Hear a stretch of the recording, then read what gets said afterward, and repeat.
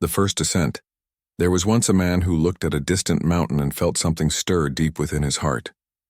Its peak gleamed beneath the sunrise, crowned with snow and mystery, standing like a silent challenge against the sky. Every day he would gaze at it from his village, wondering what it would feel like to stand where the clouds were born, to touch the heavens with his own hands. The villagers called that mountain impossible. They said no one had ever reached its summit. The path was too steep, the rocks too cruel, the storms too unforgiving. But the man was different. He wasn't satisfied with stories about what couldn't be done. He wanted to write his own. So one morning before dawn he packed a small bag, just enough food for a few days, a rope, and a heart full of belief. The world was still asleep when he began his climb. The mountain loomed above him, its slopes wrapped in mist like a sleeping giant. Every step up the dirt trail was a whisper of defiance against fear. The first stretch was simple, a gentle incline, soft winds, and the smell of pine trees. The man felt alive, his lungs filling with the crisp morning air. The climb gave him a sense of purpose he had never known before. For years he had lived in the valley, surrounded by comfort and routine, yet haunted by the feeling that he was made for something more. Now, with every step upward, he began to feel closer to that something. But the higher he went, the more the mountain began to test him. The trails narrowed. The wind turned cold and sharp. His legs began to ache. He slipped once, cutting his palm on a rock.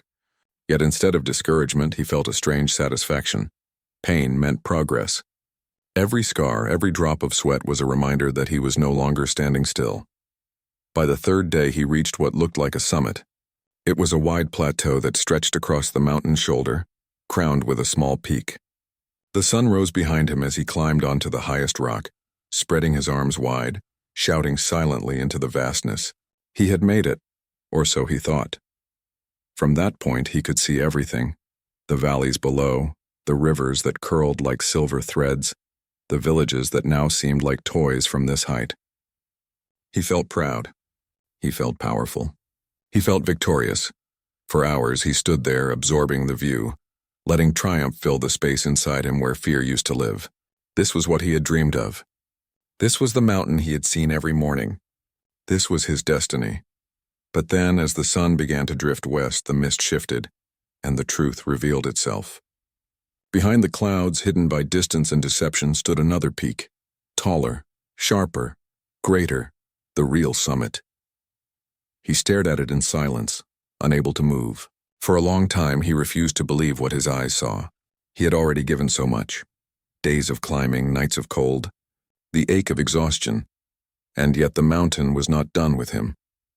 He sat there until the sun disappeared, until the first stars began to blink awake in the deep blue sky. The wind howled like a reminder. The mountain was whispering to him again, "You've come far, but not far enough." He felt anger at first, then disbelief, then slowly humility.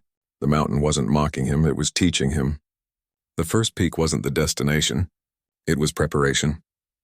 The climb so far wasn't wasted, and it was necessary. The pain, the struggle, the victories, all of it had been building him into the kind of person who could face what still lay ahead. He built a small campfire on that false summit. As the flames flickered, he thought about going back down. He imagined returning to the village, where people would still admire him for reaching higher than anyone before. He could live the rest of his life being called a hero. No one would ever know that he hadn't truly reached the top. But deep inside, he knew the truth, and the truth never stops whispering. He realized that most people stop at their first peak. The first victory, the first success, the first taste of recognition. They stop climbing when they should be preparing for the next ascent. They confuse progress with completion, forgetting that the path to greatness never truly ends. The man looked at the higher summit once more. It seemed impossibly far, but he knew he couldn't turn away now. Something inside him had already shifted. The climb had changed him, and once you begin to rise, the ground never feels like home again. That night he barely slept. The wind screamed against the rocks, cold and merciless. The stars above looked distant and uncaring.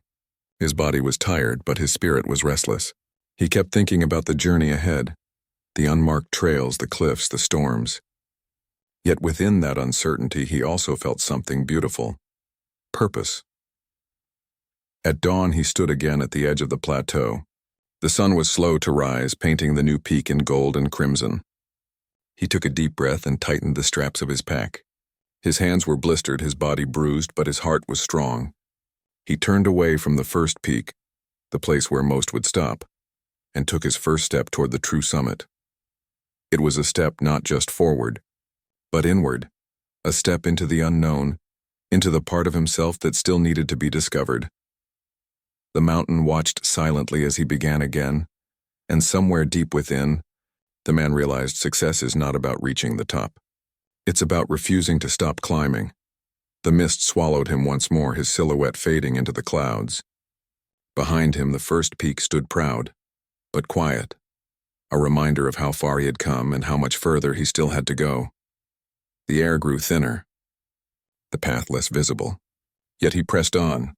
The real climb had just begun.